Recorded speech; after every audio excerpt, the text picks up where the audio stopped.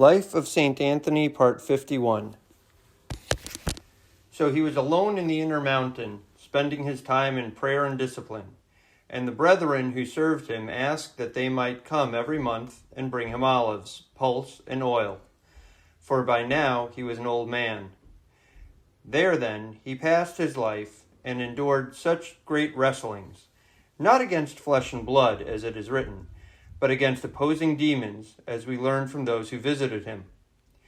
For there they heard tumults, many voices, and, as it were, the clash of arms.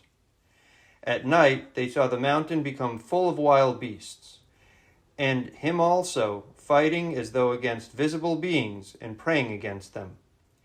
And those who came to him he encouraged. While kneeling he contended and prayed to the Lord. Surely it was a marvelous thing that a man, alone in such a desert, feared neither the demons who rose up against him, nor the fierceness of the four-footed beasts and creeping things, for all there were so many. But in truth, as it is written, he trusted in the Lord as Mount Zion, with a mind unshaken and undisturbed, so that the demons rather fled from him, and the wild beasts, as it is written, kept peace with him. Life of St. Anthony, Part 52. The devil, therefore, as David says in the Psalms, observed Anthony and gnashed his teeth against him. But Anthony was consoled by the Savior, and continued unhurt by such evil wiles and varied devices. As he was watching in the night, the devil sent wild beasts against him, and almost all the hyenas in that desert came forth from their dens and surrounded him, and he was in the midst, while each one threatened to bite. Seeing that it was a trick of the enemy, he said to them all, "If ye have received power against me, I am ready to be devoured by you. But if ye were sent against me by demons, stay not, but depart, for I am a servant of Christ." When Anthony said this, they fled, driven by that word as with a whip. Life of St. Anthony, Part 53.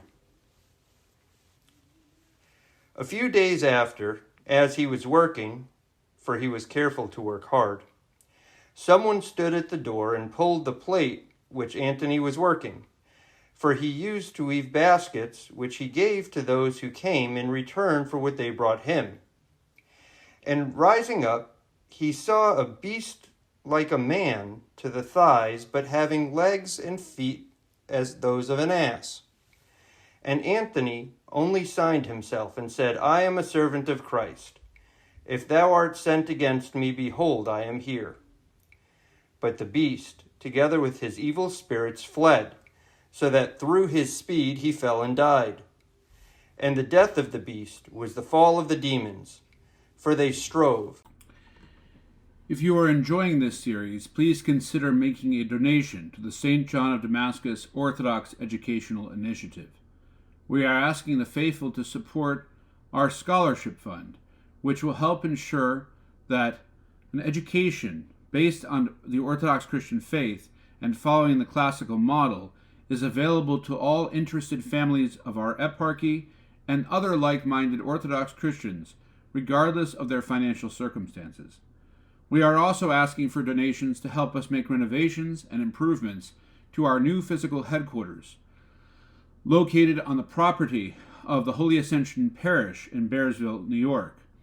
Please see the link in the description of this video to learn how you can donate and support the future of our church, that is, the youth of our church. God bless you. Through the prayers of St. John of Damascus.